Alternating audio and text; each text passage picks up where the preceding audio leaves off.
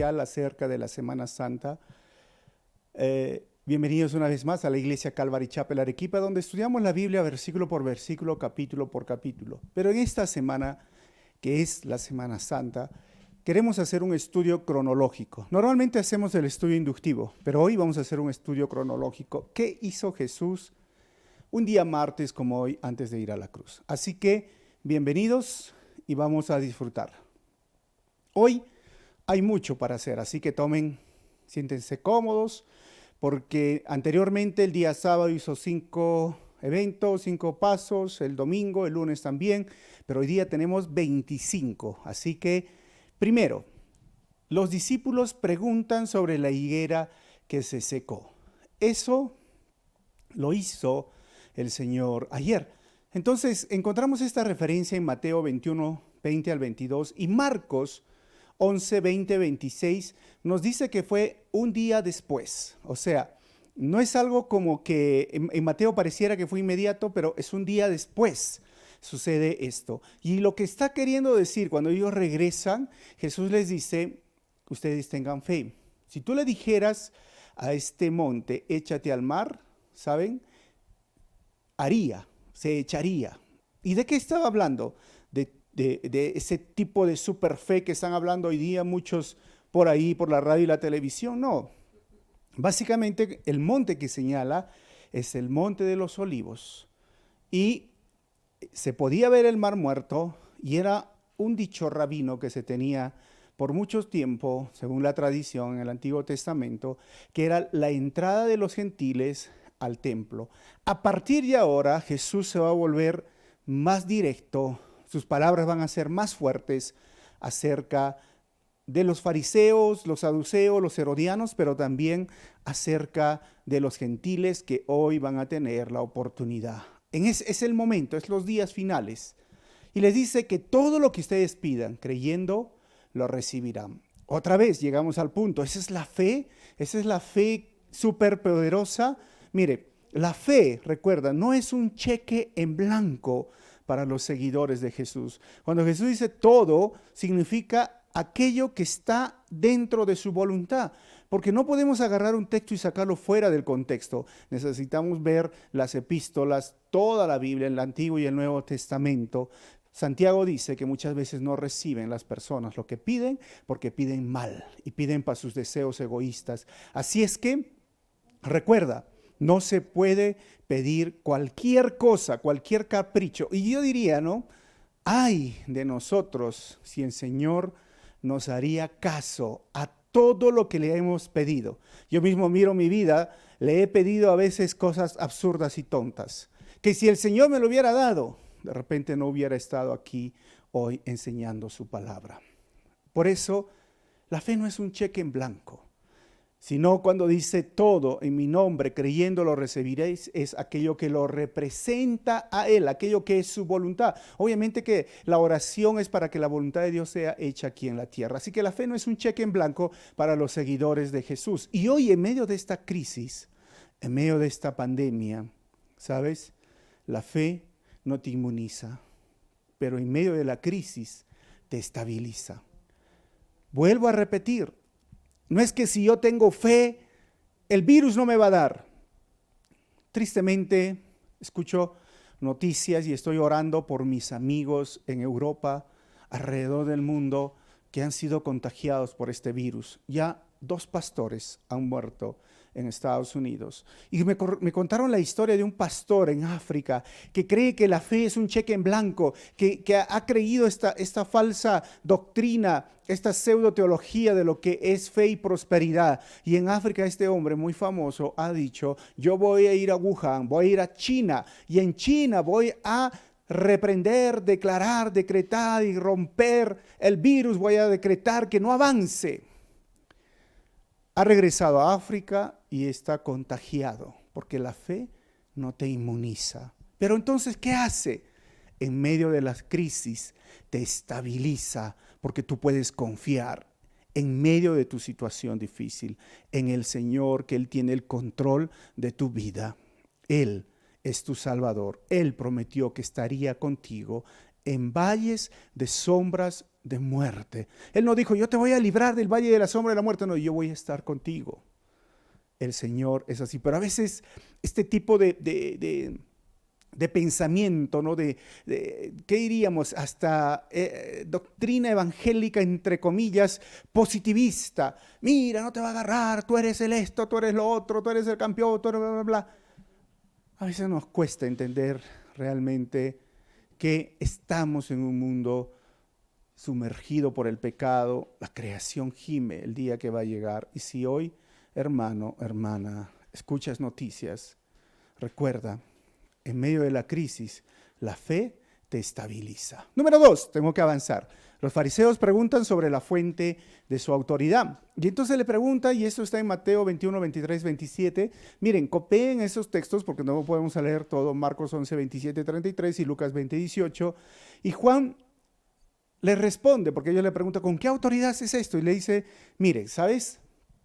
Yo les voy a hacer otra pregunta. Te respondo una pregunta con otra pregunta. ¿El bautismo de Juan de qué era? ¿Del cielo o de la tierra? Dijeron, si decimos que es del cielo, nos van a decir, ¿por qué no nos bautizamos? Si decimos que es de la tierra, bueno, la mayoría lo cree que es un profeta. Juan, no podemos. Y le dicen, no sabemos Jesús. Y Jesús ¿saben qué? Le responde a los fariseos para entrar ya en polémica en este tipo de dimes y diretes, como decimos nosotros. Jesús le dice, tampoco yo les voy a contestar con qué autoridad hago esto. Tercer paso del día martes, parábola número 32, porque están enumeradas las parábolas también en forma cronológica. Jesús cuenta ya que los fariseos estaban escuchando, dice, hay dos hijos que cambian de opinión. En Mateo 21, 28 al 32 vamos a encontrar esto. Un hombre tenía 2 hijos y le dijo que haga una cierta labor. Uno de ellos dijo, no puedo. Y el otro dijo, sí, voy a hacerlo. No te preocupes, papito. Y al final, Jesús cuenta esta historia tratando de explicarles a estos líderes que decían algo y no lo hacían. Al final el que dijo sí terminó no haciendo lo que dijo y el que dijo no terminó haciendo aquello que se le encargó. ¿Sabes qué nos hace ver esto? Es mismo en nuestra vida cristiana. Hechos y menos palabras. Hay muchas personas que viven así su cristianismo. Hablan y tienen deseos en verdad. A veces cuando uno está ahí en la iglesia, oye, son las mejores, hablan de lo mejor, yo sí quiero hacer esto, yo sí tengo deseos, pero la vida cristiana no se trata solo del deseo, se trata de que podamos llevar a acción aquello que estamos aprendiendo. Miren, nosotros debemos de imitar el estilo de vida de Jesús. Hechos y menos palabras es lo que les está diciendo Jesús a estos fariseos. ¿Qué hizo? Cuarto, empezó la parábola 33, los labradores malvados. Jesús empieza a contar una historia en Mateo 21, 33, 46, Marcos 12, 11 al 12 y Lucas 21, 9 al 19. Jesús se encuentra con ellos y le dice, mira, un hombre tenía un viñedo, construyó una torre y entonces este hombre se fue por un tiempo y los dejó a ellos y luego mandó a aquellas personas, a sus trabajadores, para recibir lo que le habían prometido, parte de la cosecha. Cuando estos hombres al que los alquiló vieron a los trabajadores, miren, los golpearon, los maltrataron, hasta el punto de enviar 1, 2, 3 veces y los mataron. ¿Qué hizo este hombre? Dijo, mejor voy a mandar en grupo, no voy a mandar uno por uno. Cuando llegaron estos hombres, otra vez en grupo, volvieron a matarlos, los golpearon. Y este hombre dice por tercera vez, yo voy a enviar a mi hijo, a ver si a mi hijo yo creo que sí le van a respetar, pero estos hombres dijeron, ahí viene su hijo, matémoslo para quedarnos con este viñedo. Y lo mataron. ¿Y sabes qué? Ellos querían quedarse con esa propiedad rentada. Obviamente yo estoy contando la historia, tú puedes leer el párrafo con más detenimiento y como es un estudio cronológico, solo me voy a detener en algunos detalles. Jesús les pregunta a estos hombres judíos, religiosos, ¿qué creen que hará este hombre cuando regrese? Los judíos dijeron, uy, los va a tratar peor, los va a hacer tiras, ¿no? Trizas, como dicen. Y el Señor claramente les dice, ajá, el reino será quitado a ustedes. Miren, con toda esta parábola ya está subiendo el tono de la conversación. ¿Quiénes son los personajes principales de esta parábola? Primero, el dueño es Dios. La viña es Israel. Los labradores son los líderes religiosos judíos. Los siervos son los profetas y sacerdotes que permanecieron fieles a Dios y predicaron a Israel. El Hijo es Jesús. Los otros labradores, los gentiles. Jesús ahora estaba poniendo al descubierto el complot de asesinato de los líderes. Porque ¿se acuerdan? Cuando la gente gritaba el domingo, Hosana, Hosana, bendito es el que viene en el nombre del Señor, ellos quisieron, empezaron a planificar, dijeron, hay que matarlo antes que venga la Pascua. Ayer igual, hay que matarlo. Jesús sabía y les empieza a contar estas parábolas. Y termina diciendo, con el quinto paso, cumplimiento de la profecía del Antiguo Testamento, número 20. Jesús en Mateo 21:42, con el Salmo 118, 22 a 23, dice, la piedra que desecharon los constructores llegó a ser cabeza del ángulo. Esta piedra se creía que era una piedra que le daba esa esquina, esos ángulos al edificio. Aunque algunos intérpretes dicen que es esta que les estoy mostrando en el gráfico del arco. Esa piedra era la piedra del ángulo porque cada entrada debería tener esta ciudad o este templo o este edificio una puerta muy bonita y esa tenía que encajar y debería tener un ángulo tan preciso para que dé la vuelta el arco. Y Jesús dice cualquiera que choque con ella, mira, la va a despedazar y al que le caiga la va a hacer polvo. ¿Y saben de quién estaba hablando? De él mismo. Entonces Jesús termina este momento y dice Marcos 21:43, por eso les digo que el reino de Dios se les quitará a ustedes y se le entregará a un pueblo que produzca los frutos del reino. ¿Y saben a quién era? Los gentiles. Nosotros somos los que hemos recibido eso y esa parábola está describiendo. Dios quiere que nosotros tengamos frutos. Miren, porque por nuestros frutos nos van a conocer. Muchas veces habló también que nosotros somos como esos pámpanos, esas ramas donde las uvas van a crecer. Él es la vid. Y si ese pámpano, y si esa rama no da su fruto, será cortada y echada. Es interesante cómo el Señor habla de la responsabilidad humana últimamente en estas parábolas. Sexto, la parábola 34, el invitado a la boda que acude sin la ropa apropiada. Y ya Jesús está poniendo, como digo, el debate más caliente. Mateo 22, del 1 al 14, vuelve a contar otra parábola. Jesús en medio de esto dice, mire, un hombre, un rey, ahora dice, ¿no? Un rey tenía un hijo, prepara una recepción, una fiesta para su hijo y manda a sus empleados a decir, miren, vayan a traer a mis invitados, a los obreros, a los del campo. Así que van. Cuando van y les invitan, dicen, mira, yo no tengo tiempo, estoy pasteando mis ovejas. Bueno, el otro dice, no, yo tampoco tengo tiempo, estoy metido en mis negocios. Y los otros que fueron anunciados, fueron y hasta mataron a aquellas personas que los invitaron. Y entonces este siervo que fue a hablar, le dice a su rey, le regresa y le da el informe, le dice, no quieren venir. Y mira lo que hicieron, incluyendo, lo mataron a los mensajeros.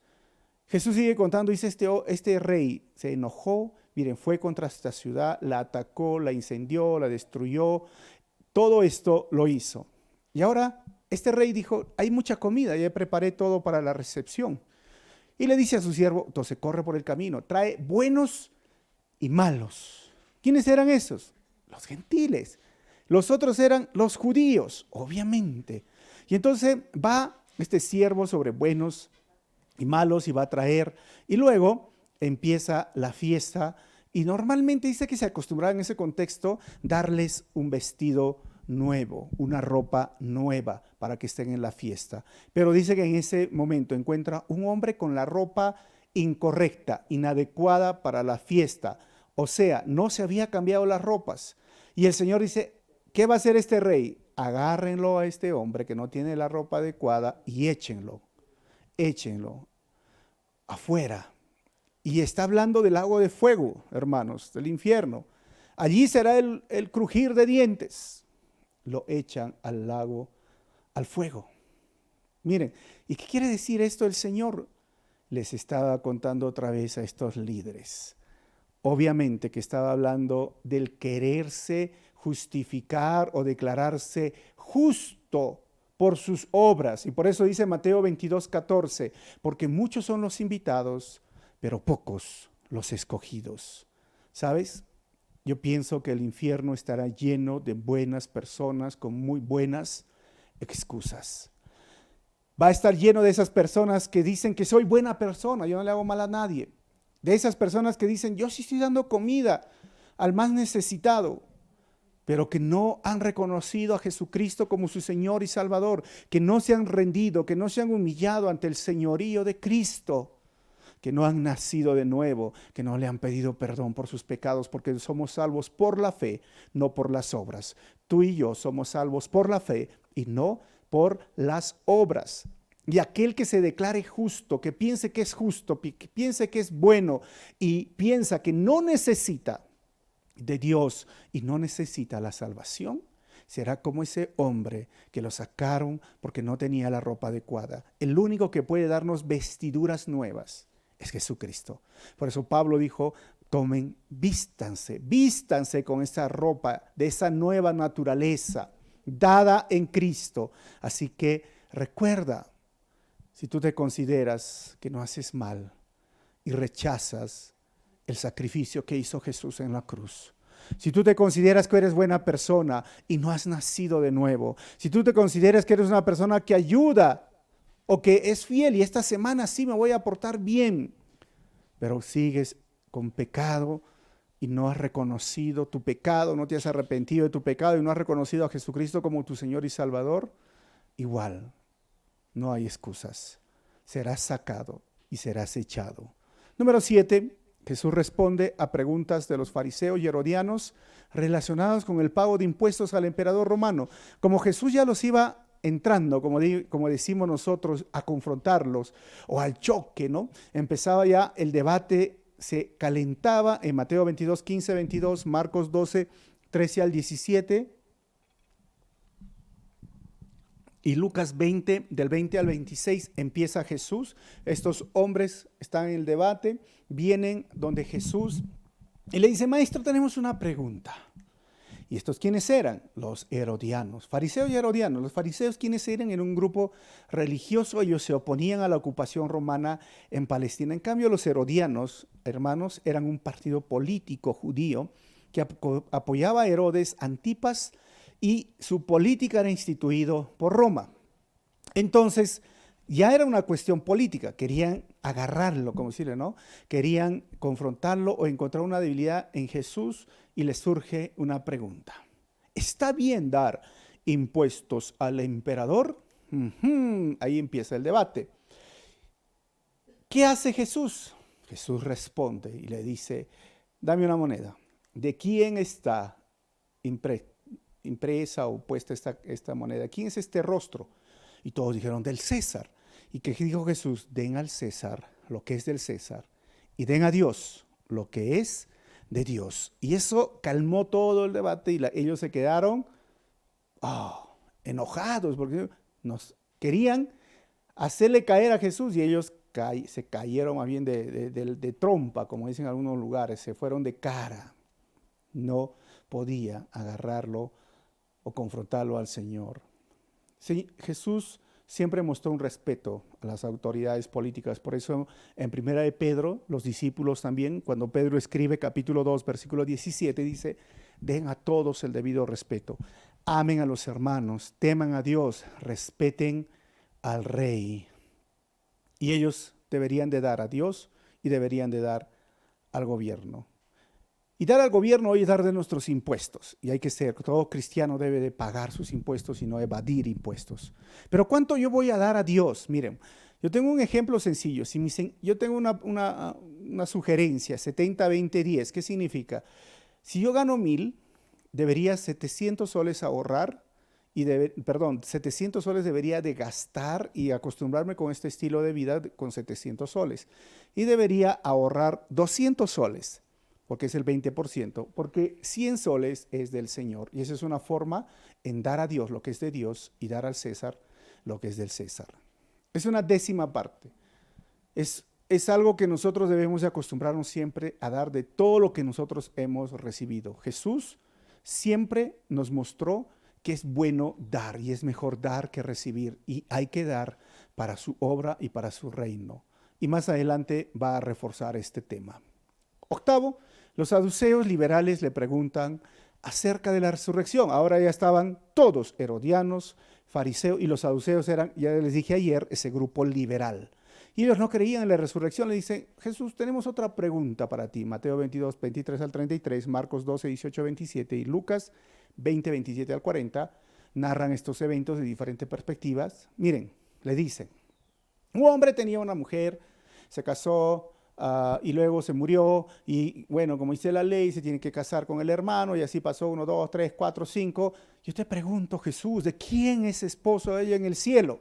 Y Jesús, ¿qué les dice? Ustedes hierran, porque en el cielo seremos como los ángeles. Oh, o sea, en el cielo no hay matrimonio. No hay pues matrimonio. Y sí hay resurrección de los muertos, porque ellos no creían en la resurrección de los muertos. Y le dice Jesús: si tú no crees en la resurrección de los muertos, mire, yo te digo, Dios es Dios de vivos y no de muertos. Dios es Dios de Abraham, de Isaac y de Jacob, que hoy están vivos. Entonces, esto me hace entender que Dios es Dios de vivos, hermanos, y no de muertos. Porque en Jesús tenemos vida eterna. Por eso esta debe estar fortalecida mi fe. Porque pase lo que pase con mi vida en medio de este virus, yo tengo vida eterna. He nacido de nuevo. Por eso mi fe se estabiliza, porque Dios está en control. Dios está sentado en su trono. Yo no tengo temor a la muerte, porque es como el apóstol Pablo. ¿Qué decía el apóstol Pablo? Para mí el vivir es Cristo, pero el morir es ganancia. Así que Pablo decía: yo quisiera ya estar con mi Señor. Ya quisiera irme, yo voy a estar con Él, porque aquel que muere en Cristo inmediatamente se va con el Señor. Pero Pablo decía: pero si yo me quedo aquí, ¿sabes qué? Tengo mucho por hacer en su reino. Así que Dios sabe, Dios lo sabe, porque Dios es Dios de vivos y no de muertos. Y mi fe ahora me hace creer que yo tengo esa vida eterna, y por eso me estabiliza. Pero también nos da otro punto, ¿cuál es? Que la soltería es parte de la voluntad de Dios, porque apunta a una vida escatológica. En el cielo no hay parejas, en el cielo no hay matrimonios, en el cielo hay solteros.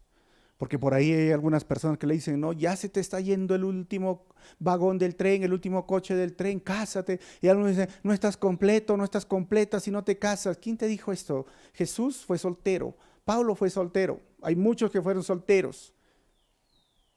Porque la soltería es parte de la voluntad de Dios, porque apunta a una vida escatológica. Noveno, pregunta sobre el mandamiento más importante de la ley. Otra vez se junta Mateo 22, 34 al 40 y Marcos 12, 28 al 34. Como estos fariseos creían que habían 613 preceptos, lo que conocían como la tradición de los ancianos, ¿no? Ellos le sacaron a cada palabra de los 10 mandamientos una interpretación. Y ellos creían en esto, y surgieron obviamente después de la época de los macabeos. Y le preguntan a Jesús entonces: maestro, tenemos otra pregunta para ti. Están en debate, ¿no? ¿Cuál es el mandamiento más importante? Y Jesús, ¿qué dice? Ama al Señor tu Dios con todo tu corazón, con toda tu mente, con toda tu alma, y a tu prójimo como a ti mismo. Y en esos dos se resumen la ley. Y los dejó calladitos. Número 10. Jesús pregunta a los fariseos en relación al Mesías esperado. Y le dice: oye, ¿y quién es el Mesías? Le dice, ¿no? ¿Es hijo de David? Y ellos dicen: sí. Esto lo puedes leer en Mateo 22, 41, 46, Marcos 12, 34, 37 y Lucas 20, 41, 44. Y Jesús le responde y le dice: ¿y cómo es que David le decía mi Señor? Siéntate, mi Señor, a mi Señor, hasta que ponga tus enemigos sobre tus pies. O sea, si es hijo de David, ¿por qué David le dice Señor? Y ellos dijeron: no tuvieron respuestas. Ya que tanto le preguntaban, Jesús les lanza esa pregunta y ahí se enojan. Y ahí es donde Jesús, número 11, acusa a los líderes judíos de 12 cargos. Y ya son las palabras más crudas, más duras, más directas. Mateo 23, 1 al 36. Y ahí están las otras referencias para no leerlo mucho. ¿Qué le dice? Primero, Les gusta lucir sus ropas y sentarse en lugares distinguidos. Segundo, quitan sus casas a las viudas. De eso les dice delante de todo el pueblo. ¿Ah? Tercero, hacen una burla en la oración. Cargan a los hombres con sus vanas tradiciones. Quinto, cierran a otros las puertas del reino de los cielos. Enseñan a los gentiles convertidos todos sus malos prácticas o sus malos caminos. Siguiente, hacen sus juramentos y promesas con falsedad. Ignoran lo más importante, que es la justicia, la misericordia y la fidelidad. Cuelan el mosquito, pero se tragan el camello. Y eso era curioso, porque ellos cuando bebían agua, colaban, dicen, porque el mosquito era un animal que no se debería de comer según la ley, pero se tragaban el camello, es decir, toda esa corrupción. Limpian el exterior, pero el interior está podrido. Los llama sepulcros blanqueados, están llenos de huesos podridos. Le dicen, honran a la memoria de sus padres que mataron a los profetas. En 2 de Crónicas 24, 20 al 22 menciona a Zacarías. Todo esto los denuncia y por último, ellos mismos más tarde azotarían y matarían a los profetas de Dios, los golpearían y no solo, matarían al hijo y se los van a crucificar y luego a esos siervos los van a apedrear. Estaba hablando de Esteban, estaba hablando de todos ellos que hicieron y los van a llevar a las cárceles. Ustedes, fariseos, líderes, hipócritas, les dice sepulcro blanqueado, limpian lo de afuera del vaso, pero adentro sigue sucio. En otras palabras, Mateo 23:3 dice, así que ustedes deben obedecerlos, les dice al pueblo, y hacer todo lo que les digan, pero no hagan lo que ellos hacen, porque no practican lo que predican. Esto, hermanos, es algo que me llama la atención. Cómo una persona puede llegar a no practicar lo que predica. Así que cuidémonos siempre nosotros. 12. Jesús llora otra vez sobre Jerusalén. En medio de eso, en Mateo 23, 37 al 39, dice, Jerusalén, Jerusalén. Otra vez llora por Jerusalén. 13. El Señor observa como una viuda echaba ahora todo lo que tenía en el arca de las ofrendas. En eso dice en Marcos 12, 41 al 44 y Lucas 21, 1 al 4, ve una viuda. Mientras todos los judíos, esos líderes daban todo, y dice Jesús, daban lo que les sobraba. Viene esta mujer con 2 moneditas y pone en el arca, porque era el tiempo de la Pascua. Y Jesús dice, momento, eso es dar. Los demás dieron lo que les sobraba, pero la viuda dio todo lo que tenía. ¿Y sabes cuánto es todo? El 100%. Y esto debe ser la actitud de un cristiano hoy en la gracia, porque todos en el Nuevo Testamento dieron el 100%. Vemos a Mateo, mira, por ejemplo, daba el 50% porque dio la mitad de sus bienes. A Bernabé vendió un terreno y lo entregó el 100%. La actitud siempre fue dar. Porque es curioso, ¿cuánto voy a dar? Voy a dar lo mínimo, voy a dar lo que me sobra. Y a veces esto a mí me llama la atención, pero esta mujer, el Señor, esta viuda, dijo, eso es dar. 14, predice su muerte, número 31 veces, predijo Juan 12, 20 al 26. 15, hace una oración, mientras está orando, unos griegos vienen a verlo. Juan 12, 27 al 28 nos narra este evento. 16, predice su muerte por 32ª vez en Juan 12:32 y dice, ya ha llegado la hora, es martes, el jueves lo iban a tomar prisionero en la noche. Y él dice, ya llegó la hora, este es el momento, a esto he venido. Y se escucha una voz del cielo, porque él dice, glorifica a tu hijo, dice, y esa voz del cielo dice, ya lo he glorificado y lo vuelvo a glorificar. Y todos dicen que escucharon esa voz, pero pensaban que era un trueno. Y en eso vienen esos griegos. Y en ese momento él es rechazado por muchos de los líderes judíos, aunque creen en su mensaje. En Juan 12, 37 al 43, cuenta que ellos no iban a creer. Mira, todos estos, algunos sí creen y algunos no van a creer. Pero algunos que creían, ellos tenían temor a que los expulsen de la sinagoga. Y segundo, estos líderes sí creían que él es el Mesías, pero amaban más la aprobación de los hombres que la de Dios. Y eso era el problema. 18, cumplimiento de las profecías del Antiguo Testamento sobre no creer en sus milagros. Isaías 53, 1 con Juan 12, 37 al 38 se dice claramente lo que iba a pasar. Ellos no iban a creer. Era un pueblo que su corazón se iba endurecer. Aunque veían, no podían ver. Aunque oían, no podían oír. O sea, ya estaba cumpliéndose la profecía. 19, otro sermón. El sermón número 14 sobre la tribulación venidera. Esto lo cuenta Mateo 24 y es del 1 al 42. Hermanos, hasta el 25, miren, al 1 al 40, Marcos 13, del 1 al 37, y Lucas 21, 5 a 36. Entonces es bastante, yo lo voy a tratar de resumir. Jesús estaba en la colina, mirando al templo, y los judíos le dijeron, ¿y cuándo va a ser? Cuando tú vienes, porque estás hablando. Y Jesús le dice, miren, llegará el momento en que se va a levantar nación contra nación, va a haber terremotos, va a haber hambre, va a haber pestes, pero son principios de dolores. A ustedes los van a llevar a la cárcel, a ustedes los van a azotar. Miren, los enemigos serán los de su casa. Vendrán muchos que dirán, yo soy el Cristo. No les crean, engañarán aún a los escogidos. Dirán, miren, allá está en el desierto, allá está, no salgan, no salgan de la ciudad, no salgan. Miren, allí va a haber todo momento difícil. Si estás en el campo, no regreses. Si estás ahí, tus hijos serán tomados. Todo, el lugar va a ser consumido. No va a quedar piedra sobre piedra. Los astros, la luna, el sol no va a brillar. Miren, todo esto, los elementos, las estrellas van a caer de los cielos. Todo eso va a ser la venida de nuestro Señor Jesucristo. Y el Señor aparecerá en las nubes. Todo eso lo narra, y eso es lo número 19 que hace el día martes. El día martes, ¿qué hace? ¿Qué después de eso, de narrar esas historias? Vuelve a contar otra parábola, y este es el paso 20, que es la parábola de la higuera y el futuro. Termina con eso en Mateo 24, 32 al 35, y le dicen, ¿cuándo? Dínonos cuándo. Miren la higuera, les dice Jesucristo. Y la higuera siempre ha sido reconocida, ¿saben con quién? Con Israel, porque recuerdan que a esa higuera que encontró el día lunes y la maldijo, y hoy día martes está seca, diciendo que como Israel no mostraba frutos, ahora estaba siendo seca y se lo iba a entregar a los judíos. Entonces Israel otra vez, dice la higuera, cuando sus hojas estén verdes, estén floreciendo, es porque ustedes saben que ya llega el verano.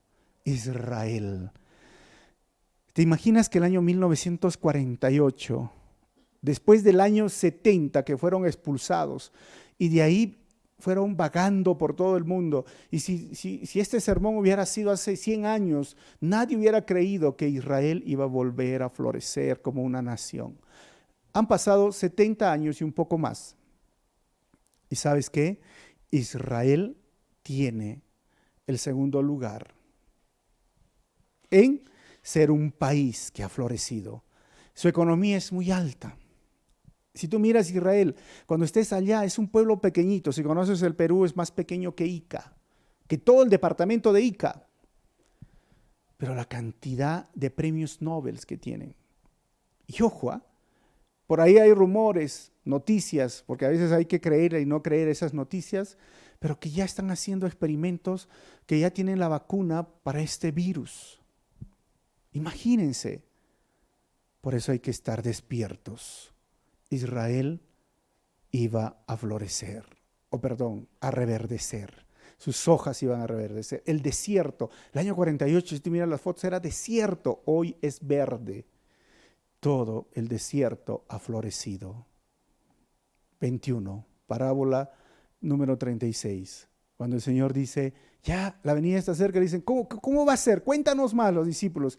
Y les cuenta una parábola, 5 lámparas que se apagaron. En Mateo 25, 11 al 13, cuenta la historia de 10 vírgenes. Esas son las lámparas que usaban en ese tiempo. Jesús está con sus discípulos y es de noche y le dice, mira, habían 10 vírgenes.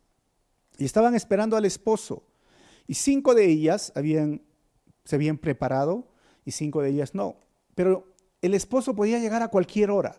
Y esta es la idea de la tradición del esposorio, era el novio. Y la novia, estas princesas esperaban en la casa y como una sorpresa podía llegar a cualquier hora. Y no había pues luz, ¿no?, en esas aldeas. Y con el amigo del novio venían haciendo fiesta, algarabía, se escuchaba, pero ellas, dice, se habían quedado dormidas. Y entonces llegó la hora. Llegó la hora por toda la bulla que escucharon. y las que 5 de ellas no tenían aceite. Y le dijeron, danos de aceite, compártenos. Y las dos dijeron, no tenemos, porque si te damos, no va a estar prendida nuestra lámpara. Y así que las otras dijeron, vamos a ir a comprar. 5 de ellas, y 5 de ellas sí estaban listas. Y llegó el esposo y se fue con ellas. ¿Y qué quiere decir Jesús con esto? Mantén tu lámpara encendida. O sea, tú no tienes que estar durmiendo. Tú tienes que estar velando. Jesús les dice, o sea, hay que estar preparado, y estar preparado es estar atento a su venida. Mira Israel, mira las cosas que están sucediendo, mira lo que está pasando. Miren, yo no sé qué va a venir de acá a un mes, pero nuestra vida va a cambiar después de este virus, después de esta crisis mundial. Yo no sé si nos volveremos a reunir pronto en una iglesia, no lo sé. Ponte a pensar un poco, ¿cómo están cambiando las cosas? No pensábamos vivir, cuando empezamos este 2020, no pensábamos vivir de esta forma. Mantén tu lámpara encendida, no te duermas. Pero la gran pregunta era, entonces, ¿cómo yo voy a mantener mi lámpara encendida? O sea, no voy a dormir, voy a estar esperando y voy a estar haciendo vigilia. Jesús vería esto a los discípulos y decía, bueno, te voy a contar otra parábola, número 37. 3 siervos y sus talentos. Jesús les vuelve a contar y dice, había un hombre que tenía 3 siervos, y este hombre tenía dinero y les entrega a uno 5 talentos, al otro le da 2 talentos y al otro le da 1 talento, y le dice, mira, yo me voy y regreso dentro de un tiempo. Bueno, el que tenía 5 talentos fue, lo invirtió, lo trabajó. El que tenía 2 talentos igual fue, lo invirtió, lo trabajó y empezó ahí a esperar. Pero el que le dio 1 talento fue y lo escondió. Lo dejó ahí escondido. Jesús cuenta esta historia y dice, tiempo atrás regresó otra vez este hombre. Y entonces dijo a sus siervos a pedir cuentas, que le rindan cuentas. Y aquel que le dio 5 talentos, regresó con 5 más, dijo, acá tengo 10. Que le dio 2, dijo, miren, he trabajado, me he esforzado, y aquí están otros dos que vendrían a ser 4. Y el otro dijo, y el de que le dio 1 talento fue muy inteligente, según él, a destapar lo que había escondido, y le dijo, acá, Señor, acá está tu talento. Y el otro dijo, ¿y qué has hecho? No, mira, lo que pasa es que yo sé que tú eres un señor, alguien que ciega donde no ha cosechado, y yo tenía miedo, así que fui y lo escondí. El Señor agarra, le dice, siervo malo. Lee la Biblia y dice, siervo malo, ocioso, flojo. Le dice, siquiera hubieras llevado al banco y lo hubieras depositado ahí y hubiera ganado algo de dinero. Pero lo escondiste. Lo escondiste. Así que quítenlo y dénselo al que tiene más. Miren, ¿cómo puedo estar preparado? No estar atento a su venida es llevar una vida ociosa e improductiva en el reino de los cielos. ¿Cómo yo voy a estar? Pues me va a encontrar como haciendo, sirviendo, trabajando. El cristianismo hace que los seres humanos, los hijos de Dios, sean activos, sean productivos. Hace de nosotros seres útiles, porque hay tanto para hacer en su reino. Pero ¿a quién sería esta persona que hoy no está velando? ¿Saben a quién? Aquella persona que tiene talentos. Quizás a ti te gusta y sabes tocar música, pero tú dices, no, es que es mucho los ensayos, ay, qué aburrido. Estás escondiendo tu talento. Quizás te gusta enseñar y tú dices, ay, me da flojera. La flojera, la ociosidad, el ser improductivo es no estar listo, no estar preparado. ¿Cómo yo voy a estar listo? Obviamente que tiene que ver con obedeciendo la ley, obedeciendo los mandamientos, preparando mi vida, pero tiene que ver con que tú seas parte de la extensión del reino de los cielos. Tiene que ver con que tú seas parte de cumplir la misión de Dios. Cuando tú descuidas, y obviamente Dios te ha dado talentos, tú que me estás escuchando, Dios te ha dado muchos talentos. Y si tú estás agarrando y lo estás escondiendo, no sé, por X razones, es que no me entienden, es que no me dan a mí el lugar que debo. No se importa la excusa, porque este hombre presentó muchas excusas. El Señor va a regresar y va a preguntarte, ¿dónde están los talentos que te di? ¿Cuántos te dio? ¿2? ¿5?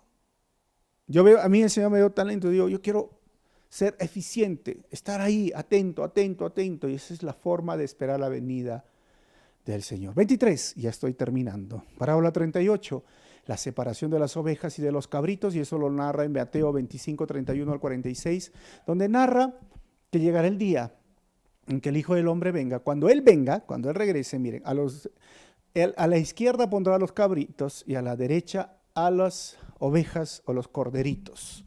¿Y quiénes son los cabritos?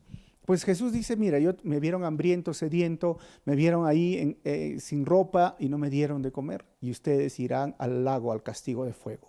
¿Y quiénes son las ovejas o los corderitos? Aquellos que cuando le vieron hambriento, sediento o desnudo y lo vistieron, le dieron de beber. O sea, acción, hechos y menos palabras. Miren, el conocimiento es bueno, pero si no haces, si no pones en acción tu vida, claramente yo veo así. Jesús siempre presentó las demandas antes que las bendiciones. ¿Quieres venir en pos de mí? Ven, sí, toma tu cruz y sígueme. ¿Sí? ¿Quieres venir en pos de mí? Mira, deja que los muertos entierren a sus muertos. A otro le dijo, vende todo lo que tienes y ven. Es acciones. Hermanos, hermanas, no nos equivoquemos. El cristianismo es práctico, el cristianismo es continuo. El cristianismo no solo son buenos deseos, no son tener la mejor doctrina. El cristianismo es vivir como Cristo vivió. Y ese día cuando Él regrese hará esto. 24. Predicción número 35 de su muerte, Mateo 26, 2. ¿Qué fue lo siguiente que hizo? 25, cumplimiento 22 de las profecías del Antiguo Testamento, que su amigo lo traicionaría por 30 piezas de plata. Esto está en Salmos 41, 9, 55 del 12 al 14 en Salmos, y Zacarías 11, 12 al 13 con Mateo 26, 14, 16. Dice lo siguiente que pasó el día martes, es cuando Judas agarra y va a encontrarse con estos líderes religiosos y les dice, ¿cuánto me das? ¿Cuánto me das? Yo se los voy a entregar a Jesús. Y los líderes se ponen de acuerdo y dicen, te vamos a dar 30 monedas de plata. Judas recibió las 30 monedas de plata y dijo, esperen mi señal. Y ahí termina lo que hizo el día martes nuestro Señor Jesús. Quiero terminar con 5 conclusiones porque es bastante, son 25 pasos hoy día martes, todo un desafío. Lo primero que hemos visto, la fe no te inmuniza, te estabiliza. Recuérdalo, la fe no te inmuniza, te estabiliza. 2, que los no creyentes no te digan que tus hechos niegan lo que tus palabras afirman. Qué triste sería eso. Tus hechos niegan lo que tus palabras afirman. Número 3, nadie llegará al cielo por su buen comportamiento o por dar comida a los pobres. Solo irán aquellos que tienen fe en Jesús y se arrepienten de sus pecados, aquellos que han nacido de nuevo. No te equivoques, la salvación no es por obra, es por fe. 4, dar al Señor es dar lo mejor que tenemos y no las obras. Error de ratas en la diapositiva. Dar al Señor es dar lo mejor que tenemos y no las obras. Eso es, que cada uno de nosotros se ha hallado teniendo esta actitud de los cristianos del libro de Hechos. Mira, cuando había necesidad, yo quiero participar, porque es más bendecido dar que recibir. Y número 5, quinta conclusión, ser improductivo o flojo en el reino es no tener aceite en su lámpara. Ser improductivo o flojo en el reino es no tener aceite en su lámpara. Hay mucho espacio en la iglesia para servir, hermano, hermana. Hay mucho espacio en el reino de los cielos. Hay tanto para hacer. ¿Cómo te estás involucrando en el reino de los cielos? Aún en medio de lo que estamos viviendo, miren, mandar un devocional, mandar un texto bíblico por las redes sociales, llamar a una persona, orar por esa persona, ¿cómo está? Orar por los ancianos. ¿Has llamado a los ancianos de la iglesia, a los caballeritos, a los abuelitos? ¿Cómo están? ¿Te has preocupado por ellos? Miren, puedes producir videos para niños. Mira, hay mucho para hacer. Solo la flojera, el ser improductivo, es tener su lámpara apagada. Si tú hoy quieres hacer una decisión firme con el Señor, Señor, dime, Señor, dame ideas. Yo te invito a hacer esta oración. Cierra tus ojos. Señor Jesús, te pedimos en este momento que tu sabiduría, Señor, esté ahora con nosotros. Tu palabra misma dice, si nos falta sabiduría, que te la pidamos y tú nos las das abundantemente. ¿Cómo podemos hacer tu obra en medio de esta situación de cuarentena? ¿Cómo podemos, Señor, seguir siendo eficientes y no simplemente quedarnos encerrados? Porque la fe no está en cuarentena, porque tú no estás en cuarentena, porque tú sigues obrando. Pero danos ideas, ayúdanos a ser de bendición a otros, Señor, y ayúdanos a dar de todo lo que estamos recibiendo a los que más necesitan, o para tu obra, para la extensión de tu reino. Señor, ayuda a mis hermanos a entender que la salvación es solo por fe. Señor, ayúdanos a que nuestros hechos sean consecuentes con nuestras palabras, porque el mensaje debe ser en vida. Y cada día, Señor, enséñanos que la fe, que tener fe en ti, Señor, no significa que vamos a estar inmunes al sufrimiento, al dolor o a la enfermedad, pero sí vamos a estar estables y firmes y sólidos, pase lo que pase, porque sé que tú tienes el control y sé, Señor, que en ti tú eres un Dios de vivos y no de muertos. Gracias, Señor. En tu nombre, Jesús, oramos así. Amén. Dios te bendiga. Nos vemos mañana. ¿Qué hizo Jesús el miércoles? Si te bendijo este estudio, comparte con tus amigos. Chao, nos vemos.